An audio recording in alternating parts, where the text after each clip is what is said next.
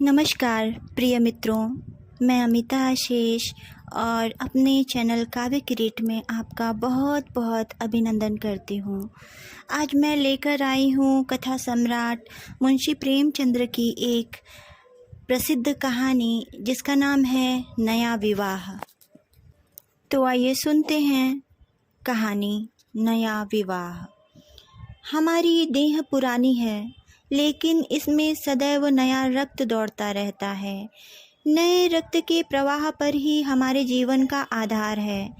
पृथ्वी की इस चिरंत व्यवस्था में यह नयापन उसके एक एक अणु में, एक एक कण में, तार में बसे हुए स्वरों की भांति गूंजता रहता है। और यह 100 साल की बुढ़िया आज भी नवेली दुल्हन बनी हुई है। जब से लाला डंगामल ने नया विवाह किया है, उनका यौवन नए सिरे से जाग उठा है। जब पहली स्त्री जीवित थी, तब वे घर में बहुत कम रहते थे। प्रातः से 10-11 बजे तक तो पूजा पाठ ही करते रहते थे। फिर भोजन करके दुकान चले जाते। वहाँ से 1 बजे रात को लौटते और थके मांदे सो जाते। यदि लीला कभी कहती जरा और सवेरे आ जाया करो तो बिगड़ जाते और कहते तुम्हारे लिए क्या दुकान छोड़ दूं या रोजगार बंद कर दूं। यह वह जमाना नहीं है कि एक लोटा जल चढ़ाकर लक्ष्मी प्रसन्न कर ली जाए।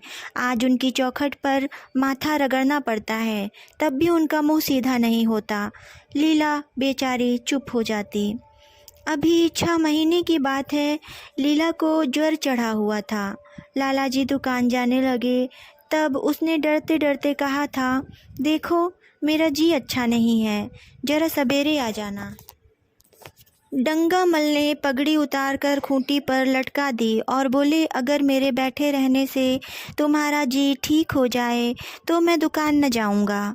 लीला हताश होकर बोली, मैं दुकान जाने को तो मना नहीं करती, केवल जरा सवेरे आने को कहती हूँ। तो क्या मैं दुकान पर बैठा मौज किया करता हूँ? लीला इसका क्या जवाब देती? पति का यह स्नेहहीन व्यवहार उसके लिए कोई नई बात न थी। इधर कई साल से उसे इसका कठोर अनुभव हो रहा था कि उसकी इस घर में कद्र नहीं है। वह अक्सर इस समस्या पर विचार भी किया करती, पर वह अपना कोई अपराध न पाती। वह पति की सेवा अब पहले से कहीं ज़्यादा करती, उनके कार्यभार को हल्का करने की बराबर चेष्टा करती रहती, बराबर प्रसन्नचित्त रहती, कभी उनकी इच्छा के विरुद्ध कोई काम नहीं करती। अगर उसकी जवानी ढल चुकी है तो इसमें उसका क्या अपराध था? किसकी जवानी सदैव स्थिर रहती है?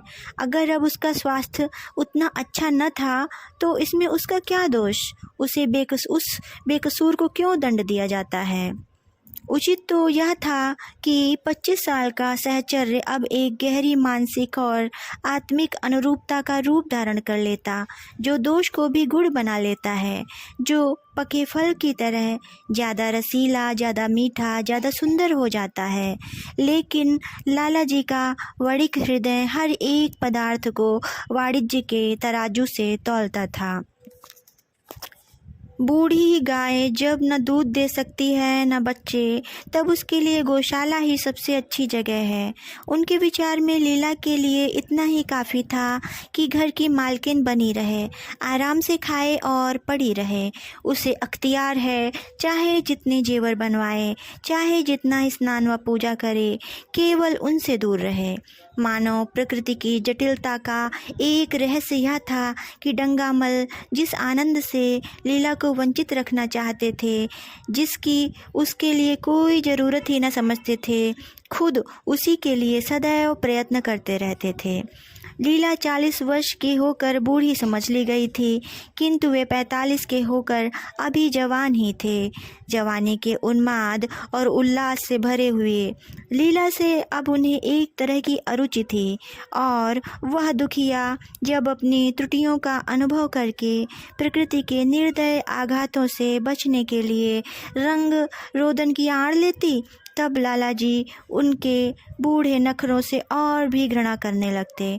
वे कहते, वाह हरी तृष्णा, 7 लड़कों की तो माँ हो गई, बाल खिचड़ी हो गए, चेहरा धुले हुए फलालैब की तरह सिकुड़ गया, मगर आपकी अभी महावर, सिंदूर, मेहंदी और उपटन की हवस बाकी ही है। औरतों का स्वभाव भी कितना विचित्र है, न जाने क्यों बनाव सिंगार पर इतना जान देती हैं। पूछो अब तुम्हें और क्या चाहिए? क्यों नहीं मन को समझा लेती कि जवानी विदा हो गई और इन उपादानों से वह वापस नहीं बुलाई जा सकती। लेकिन वे खुद जवानी का स्वप्न देखते रहते थे। उनकी जवानी की तृष्णा अभी शांत न हुई थी। जाड़ों में रसों और पाकों का सेवन करते रहते थे। हफ्ते में 2 बार खिजाब लगाते और एक डॉक्टर से मंकी ग्लैंड के विषय में पत्र व्यवहार कर रहे थे। लीला ने उन्हें असमंजस में देखकर कातर स्वर में पूछा, कुछ बतला सकते हो, कै बजे आओगे? लाला जी ने शांत भाव से पूछा, तुम्हारा जी कैसा है? लीला क्या जवाब देती? अगर कहती कि बहुत खराब है तो शायद ये महाशय वहीं बैठ जाएं और उसे जली कटी सुनाकर अपने दिल का बुखार निकालें। अगर कहती है कि अच्छी हूँ तो शायद निश्चिंत होकर 2 बजे तक कहीं खबर लें। इस दुविधा में डरते डरते बोली, अब तक तो हल्की थी लेकिन अब कुछ भारी हो रहा है।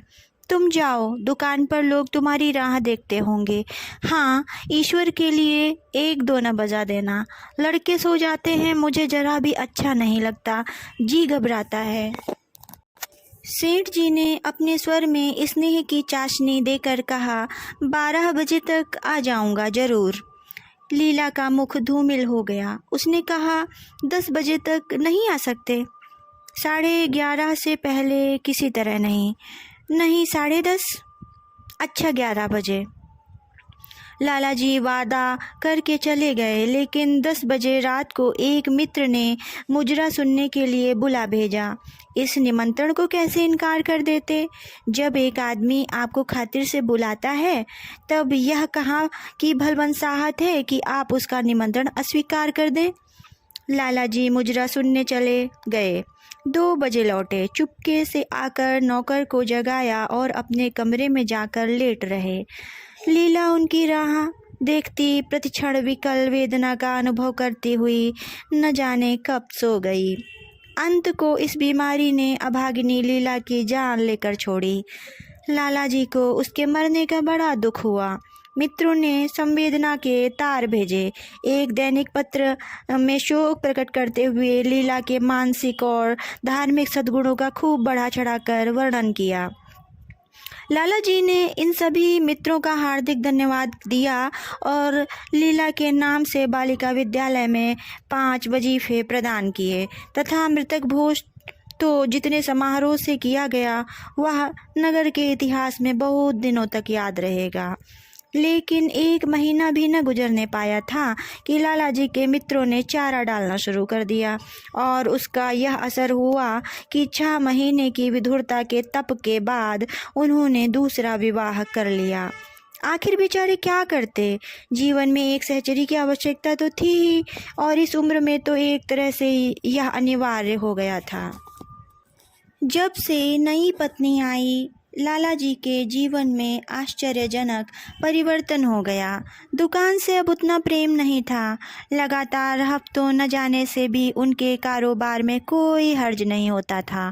जीवन के उपभोग की जो शक्ति दिन दिन क्षीण होती जाती थी, अब वह छींटे पाकर सजीव हो गई थी। सूखा पेड़ हरा हो गया था, उसमें नई नई कोपलें फूटने लगी थी। मोटर नया आ गया था, कमरे नए फर्नीचर से सजा दिए गए थे, नौकरों की भी संख्या बढ़ गई थी, रेडियो आ पहुंचा था और प्रतिदिन नए नए उपहार आते रहते थे। लाला जी की बूढ़ी जवानी जवानों की जवानी से भी प्रखर हो गई थी, उसी तरह जैसे बिजली की प्रकाश चंद्रमा के प्रकाश से ज़्यादा स्वच्छ और मनोरंजक होता है। लाला जी को उनके मित्र इस रूपांतर पर बधाइयाँ देते। तब वे गर्व के साथ कहते, भाई हम तो हमेशा जवान रहेंगे और हमेशा जवान ही रहेंगे। बुढ़ापा यहाँ आए तो उसके मुख में कालिख लगाकर गधे पर उल्टा सवार करा के शहर से निकाल दें। जवानी और बुढ़ापे को न जाने क्यों लोग अवस्था से संबद्ध कर देते हैं। जवानी का उम्र से उतना ही संबंध है जितना धर्म का आचार से, रुपए का ईमानदार से और रूप का श्रृंगार से। आजकल के जवानों को आप जवान कहते हैं, उनकी 1000 जवानियों को अपने 1 घंटे से भी न बदलूंगा। मालूम होता है उनकी ज़िंदगी में कोई उत्साह ही नहीं, कोई शौक़ ही नहीं। जीवन क्या है, गले में पड़ा हुआ एक ढोल है। यही शब्द घटा बढ़ाकर वे आशा के हृदय पटल पर अंकित करते रहते थे। उससे बराबर सिनेमा, थिएटर और दरिया की सैर के लिए आग्रह करते रहते, लेकिन आशा को न जाने क्यों इन बातों में जरा भी रुचि न थी। वह जाती तो थी, मगर बहुत टाल टूल करने के बाद एक दिन लाला जी ने आकर कहा, चलो आज बजरे पर दरिया की सैर करें। वर्षा के दिन थे, दरिया चढ़ा हुआ था। मेघमालाएं अंतर्राष्ट्रीय सेनाओं की भांति रंग बिरंगी वर्दियां पहने आकाश में कवायद कर रही थीं। सड़क पर लोग मल्हार और बारहमासा गाते चलते थे। बागों में झूले पड़ गए थे। आशा ने बेदिली से कहा, मेरा जी तो नहीं चाहता। लाला जी ने मृदु प्रेरणा के साथ कहा, तुम्हारा मन कैसा है जो आमोद प्रमोद की ओर आकर्षित नहीं होता? चलो चलो दरिया की सैर देखो। सच कहता हूँ, बजरे पर बड़ी बहार रहेगी। आप जाएं, मुझे और कई काम करने हैं। काम करने को आदमी हैं, तुम क्यों काम करोगी? महाराज अच्छे सालन नहीं पकाता, आप खाने बैठेंगे तो यूं ही उठ जाएंगे। आशा अपने अवकाश का बड़ा भाग लाला जी के लिए तरह तरह का भोजन पकाने में ही लगाती थी। उसने किसी से सुन रखा था कि एक विशेष अवस्था के बाद पुरुष के जीवन का सबसे बड़ा सुख रसना का स्वाद ही रह जाता है। लाला जी की आत्मा खिल उठी। उन्होंने सोचा कि आशा को उससे कितना प्रेम है कि वह दरिया की सैर को उनकी सेवा के लिए छोड़ रही है। एक लीला थी कि मान न मान चलने को तैयार रहती थी, पीछा छुड़ाना पड़ता था, खामखा सिर पर सवार हो जाती थी और सारा मज़ा किरकिरा कर देती थी। स्नेह भरे उलाहने से बोले, तुम्हारा मन भी विचित्र है। अगर एक दिन सालन फीका ही रहा तो ऐसा क्या तूफान आ जाएगा? तुम तो मुझे बिल्कुल निकम्मा बनाए देती हो। अगर तुम न चलोगी तो मैं भी न जाऊंगा। आशा ने जैसे गले से फंदा छुड़ाते हुए कहा, आप भी तो मुझे इधर उधर घुमा घुमा कर मेरा मिजाज बिगाड़े देते हैं। यह आदत पड़ जाएगी तो घर का धंधा कौन करेगा? मुझे घर के धंधे की रत्ती भर भी परवाह नहीं, बाल की नोक बराबर भी नहीं। मैं चाहता हूँ कि तुम्हारा मिजाज बिगड़े और तुम इस गृहस्थी की चक्की से दूर रहो। और तुम मुझे बार बार आप क्यों कहती हो? मैं चाहता हूँ तुम मुझे तुम कहो, तू कहो, गालियाँ दो, धौल जमाओ। तुम तो मुझे आप कह के जैसे देवता के सिंहासन पर बैठा देती हो। मैं अपने घर में देवता नहीं, चंचल बालक बनना चाहता हूँ। आशा ने मुस्कुराने की चेष्टा करके कहा, भला मैं आपको तुम कहूँगी? तुम बराबर वाले को कहा जाता है कि बड़े वालों को? मुनीम ने 1 लाख के घाटे की खबर सुनाई होती तो शायद लाला जी को इतना दुख न होता जितना आशा के इन कठोर शब्दों से हुआ। सारा उत्साह, सारा उल्लास जैसे ठंडा पड़ गया। सिर पर बांकी रखी हुई फूलदार टोपी, गले में पड़ी हुई जोगी रंग की चुनी हुई रेशमी चादर, वह तंजेब का बेलदार कुर्ता जिसमें सोने के बटन लगे हुए थे, यह सारा ठाठ जैसे उन्हें हास्यजनक जान पड़ने लगा, जैसे वह सारा नशा किसी मंत्र से उतर गया हो। निराश होकर बोले, तो तुम्हें चलना है या नहीं? मेरा जी नहीं चाहता तो मैं न जाऊं। मैं आपको कब मना करती हूँ? फिर आप कहा? आशा ने जैसे भीतर से जोर लगाकर कहा, तुम, और उसका मुखमंडल लज्जा से आरक्त हो गया। हाँ, इसी तरह तुम कहा करो। तुम नहीं चल रही हो, अगर मैं कहूँ तुम्हें चलना पड़ेगा तो तब चलूँगी। आपकी आज्ञा मानना मेरा धर्म है। लाला जी आज्ञा न दे सके। आज्ञा और धर्म जैसे शब्द उनके कानों में चुभने से लगे। खिसियाए हुए बाहर को चल पड़े। उस वक्त आशा को उन पर दया आ गई।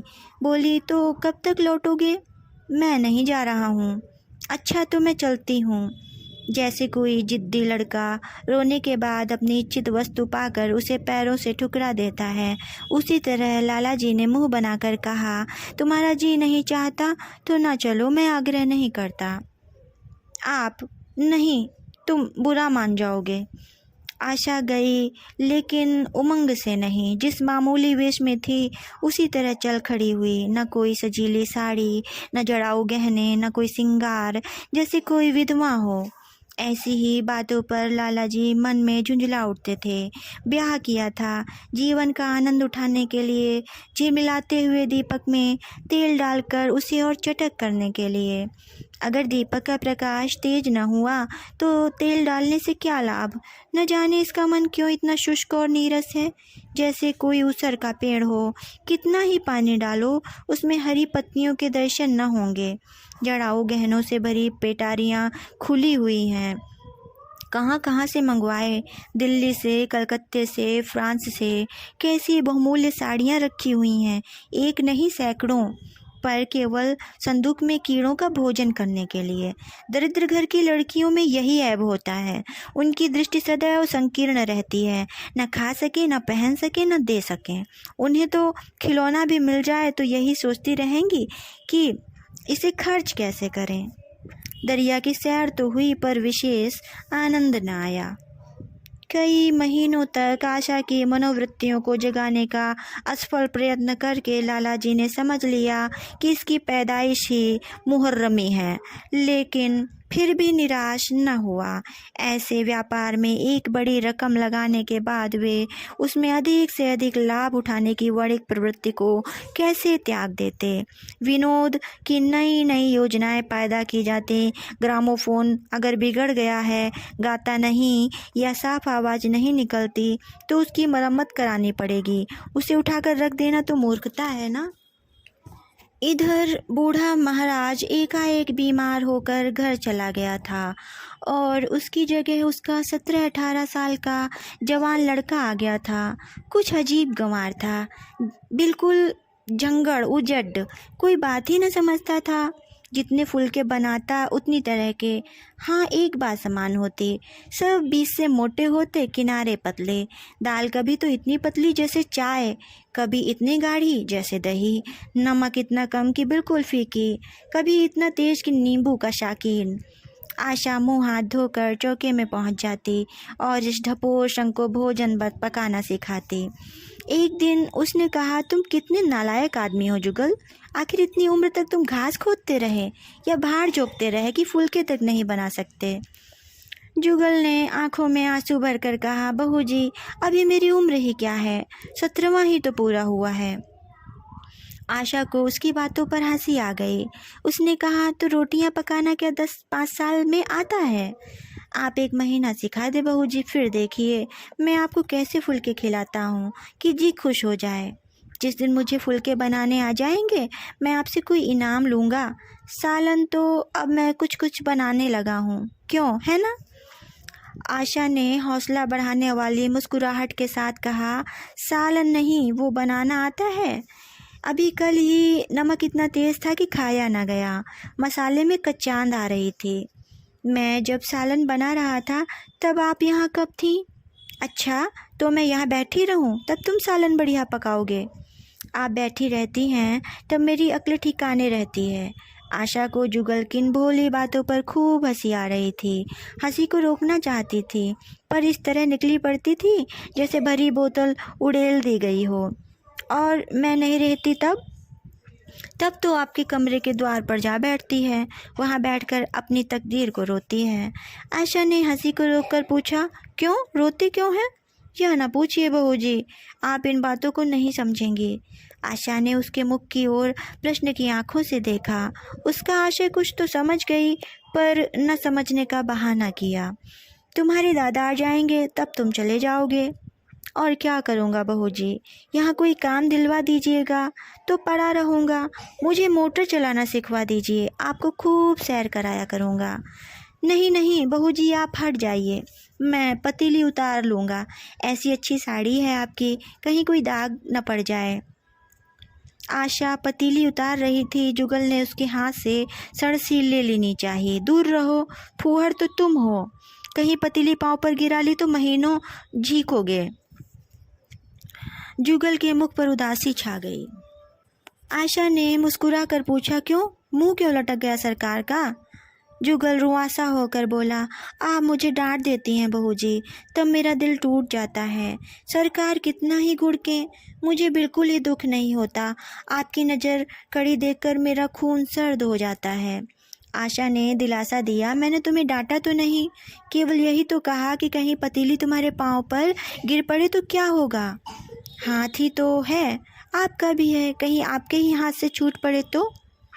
लाला डंगामल ने रसोई घर के द्वार पर आकर कहा, आशा जरा यहाँ आना, देखो तुम्हारे लिए कितने सुंदर गमले लाया हूँ, तुम्हारे कमरे के सामने रखे जाएंगे। तुम यहाँ धुएं धक्कड़ में क्यों हलकान होती हो?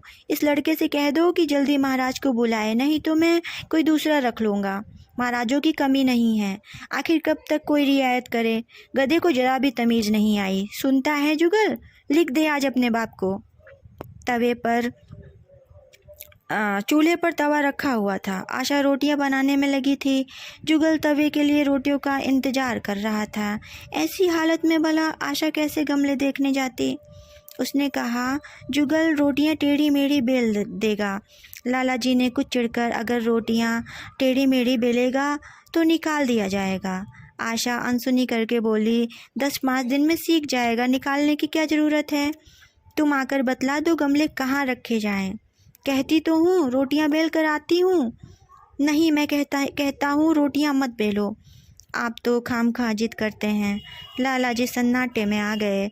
आशा ने कभी इतनी रुखाई से उन्हें जवाब न दिया था, और यह केवल रुखाई न थी, इसमें कटुता भी थी। लज्जित होकर चले गए। उन्हें क्रोध आ रहा था कि इन गमलों को तोड़कर फेंक दें और सारे पौधों को चूल्हे में डाल दें। जुगल ने सहमे हुए स्वर में कहा, आप चली जाएं बहू जी, सरकार बिगड़ जाएंगे। बको मत, जल्दी जल्दी फुलके सेको, नहीं तो निकाल दिए जाओगे। और आज मुझसे रुपए लेकर अपने लिए कपड़े बनवा लो। भिखमंगू किसी सूरत बनाए घूमते हो। आज बाल क्यों इतने बढ़ा रखे हैं? तुम्हें नाई भी नहीं जुड़ता?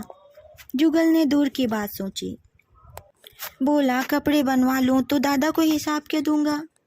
अरे पागल, मैं हिसाब में नहीं कहती, मुझसे ले जाना। जुगल काहिलपन की हंसी हंसा। आप बनाएंगी तो अच्छे कपड़े लूँगा, खद्दर के मलमल का कुर्ता, खद्दर की धोती, रेशमी चादर, अच्छा सा चप्पल। आशा ने मीठी मुस्कान से कहा, और अगर अपने दाम से बनवाने पड़े तो? तब कपड़े ही क्यों बनवाऊँगा, तुम बड़े चालाक हो। जुगल ने अपनी बुद्धिमत्ता का प्रदर्शन किया। आदमी अपने घर में सूखी रोटियां खाकर सो रहता है, लेकिन दावत में तो अच्छे अच्छे पकवान ही खाता है।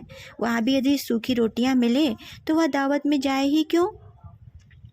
यह सब मैं नहीं जानती। एक गाढ़े का कुर्ता बनवा लो और एक टोपी ले लो।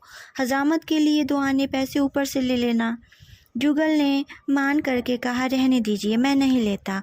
अच्छे कपड़े पहनकर निकलूँगा तब तो आपकी याद आएगी, सड़ियल कपड़े पहनकर तो और जी जलेगा। तुम स्वार्थी हो, मुफ्त के कपड़े लोगे और साथ ही बढ़िया भी। जब यहाँ से जाने लगूँ तब आप मुझे अपना एक चित्र दे दीजिएगा। मेरा चित्र लेकर क्या करोगे? अपनी कोठरी में लगाऊंगा और नित्य देखा करूँगा। बस वही साड़ी पहनकर खिंचवाना जो कल पहनी थी, और वही मोतियों की माला भी हो। मुझे नंगी नंगी सूरत अच्छी नहीं लगती। आपके पास तो बहुत गहने होंगे, आप पहनती क्यों नहीं? तो तुम्हें गहने बहुत अच्छे लगते हैं? बहुत। लाला जी ने फिर आकर जलते हुए मन से कहा, अभी तक तुम्हारी रोटियां नहीं पकी जुगल। अगर कल से तूने अपने आप अच्छी रोटियां न पकाई तो मैं तुझे निकाल दूंगा। आशा ने तुरंत हाथ मुँह धोया और बड़े प्रसन्न मन से लाला जी के साथ गमले देखने चली। इस समय उसकी छवि में प्रफुल्लता का रोगन था। बातों में भी जैसे शक्कर घुली हुई थी। लाला जी का सारा खिसियानापन मिट गया था। उसने गमलों को लुब्ध आंखों से देखा। उसने कहा, मैं इनमें से कोई गमला न जाने दूंगी।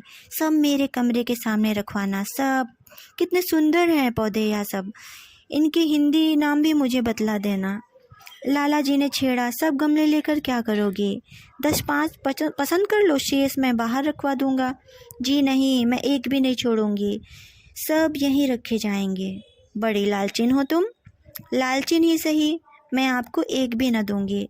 2-4 तो दे दो, इतनी मेहनत से लाया हूँ। जी नहीं, इनमें से एक भी न मिलेगा। दूसरे दिन आशा ने अपने आप को आभूषण से खूब सजाया और फिरोजी साड़ी पहनकर निकली। तब लाला जी को की आंखों में ज्योति आ गई। समझे, अवश्य ही अब उनके प्रेम का जादू कुछ कुछ चल रहा है। नहीं तो उनके बार बार के आग्रह पर भी, बार बार याचना करने पर भी उसने कोई आभूषण न पहना था। कभी कभी मोतियों का हार गले में डाल लेती थी, पर वह भी ऊपरी मन से। आज वह आभूषणों से अलंकृत होकर फूली नहीं समाती, इतराई जाती है। मानो कहती हो, देखो मैं कितनी सुंदर हूँ। लाला जी पर घड़ों का नशा छाया हुआ था। वे चाहते थे उनके मित्र और बंधु वर्ग आकर इस सोने की रानी के दर्शनों से अपनी आंखें ठंडी करें और देखें कि वह कितना सुखी, संतुष्ट और प्रसन्न है।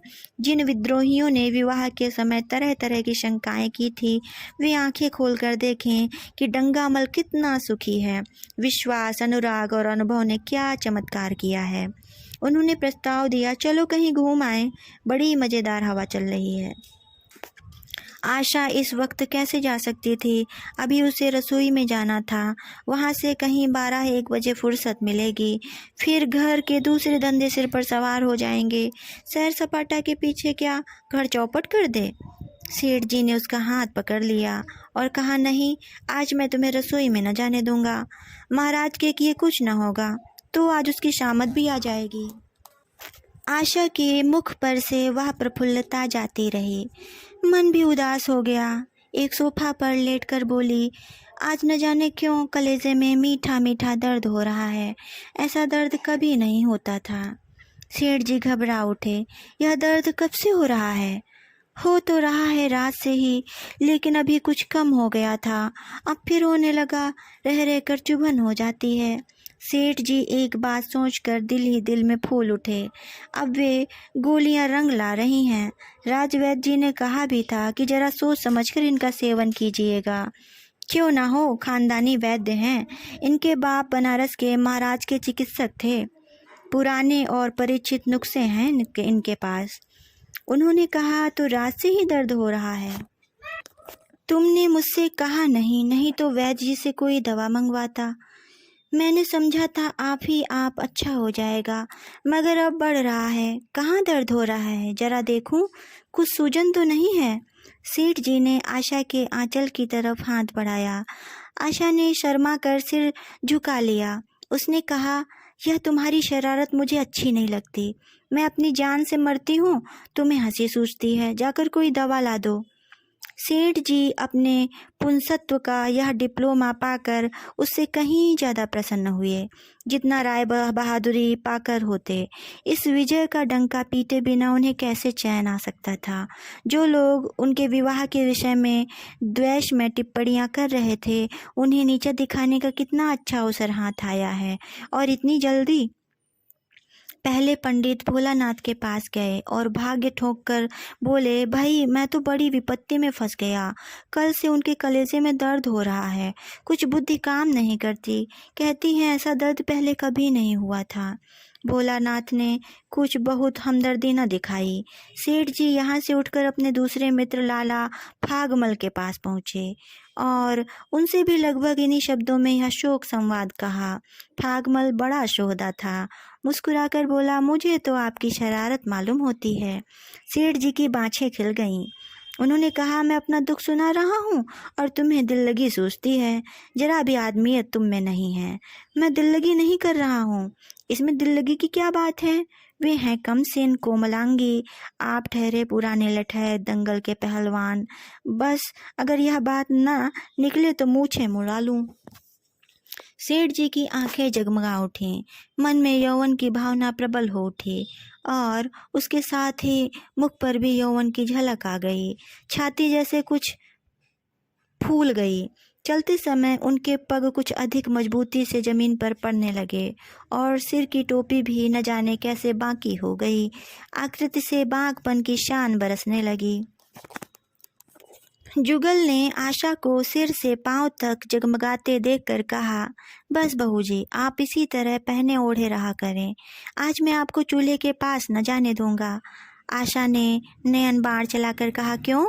आज यह नया हुक्म क्यों? पहले तो तुमने कभी मना नहीं किया। आज की बात दूसरी है, जरा सुनो, क्या बात है? मैं डरता हूँ आप कहीं नाराज ना हो जाएं। नहीं नहीं, कहो, मैं नाराज ना होऊंगी। आप बहुत सुंदर लग रही हैं। लाला डंगामल ने असंख्य बार आशा के रूप और यौवन की प्रशंसा की थी, मगर उनकी प्रशंसा में उससे बनावट की गंध आती थी। वह शब्द उनके मुख से निकलकर कुछ ऐसे लगते थे जैसे कोई पंगु दौड़ने की चेष्टा कर रहा हो। जुगल के इन सीधे शब्दों में एक उन्माद था, नशा था, एक चोट थी। आशा की सारी देह प्रकंपित हो गई। तुम मुझे नज़र लगा दोगे जुगल? इस तरह क्यों घूरते हो? जब यहाँ से चला जाऊंगा तब आपकी बहुत याद आएगी। रसोई पकाकर तुम सारे दिन क्या किया करते हो? दिखाई नहीं देते। सरकार रहते हैं इसलिए नहीं आता। फिर अब तो मुझे जवाब मिल रहा है। देखिए भगवान कहाँ ले जाते हैं। आशा की मुख मुद्रा कठोर हो गई। उसने कहा, कौन तुम्हें जवाब देता है?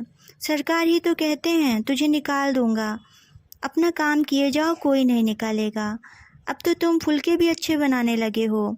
सरकार हैं बड़े गुस्सेवर। 2-4 दिन में उनका मिजाज ठीक किए देती हूँ। आपके साथ चलते हैं तो आपके बाप से लगते हैं। तुम बड़े मुंहफट हो। खबरदार, जबान संभाल कर बातें किया करो। किंतु अप्रसन्नता का यह झीना आवरण उसके मनोरहस्य को न छिपा सका। वह प्रकाश की भांति उसके अंदर से निकल पड़ता था। जुगल ने फिर उसी निर्भीकता से कहा, मेरा कोई मुंह बंद कर ले। यहाँ तो सभी यही कहते हैं।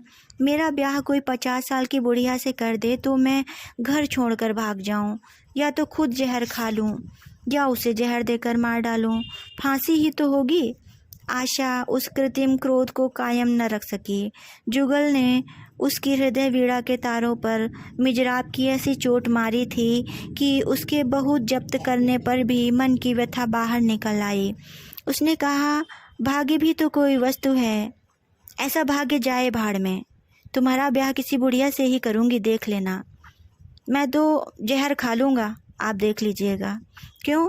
बुढ़िया तुम्हें जवान स्त्री से ज़्यादा प्यार करेगी, ज़्यादा सेवा करेगी, तुम्हें सीधे रास्ते पर रखेगी। यह सब काम माँ का होता है। बीवी जिस काम के लिए है उसी काम के लिए होती है। आखिर बीवी किस काम के लिए है? आप मालकिन हैं, नहीं तो बता देता बीवी किस काम के लिए है। मोटर की आवाज़ आई। न जाने कैसे आशा के सिर का आंचल खिसक कर कंधे पर आ गया। उसने जल्दी से अंचल खींचकर सिर पर रख लिया और यह कहती हुई अपने कमरे की ओर लपकी कि लाला भोजन करके चले जाएं, तब आना। कहानी समाप्त। धन्यवाद। नमस्कार, मैं अमिता आशीष और आप सुन रहे थे काव्य किरीट में आज की कहानी नया विवाह, जिसे लिखा था मुंशी प्रेमचंद्र जी ने। आपको यह कहानी कैसी लगी? लाइक कमेंट के द्वारा मुझे अवश्य बताइएगा। और यदि आप मेरे चैनल पर नए हैं तो इसे सब्सक्राइब भी अवश्य करिएगा। धन्यवाद।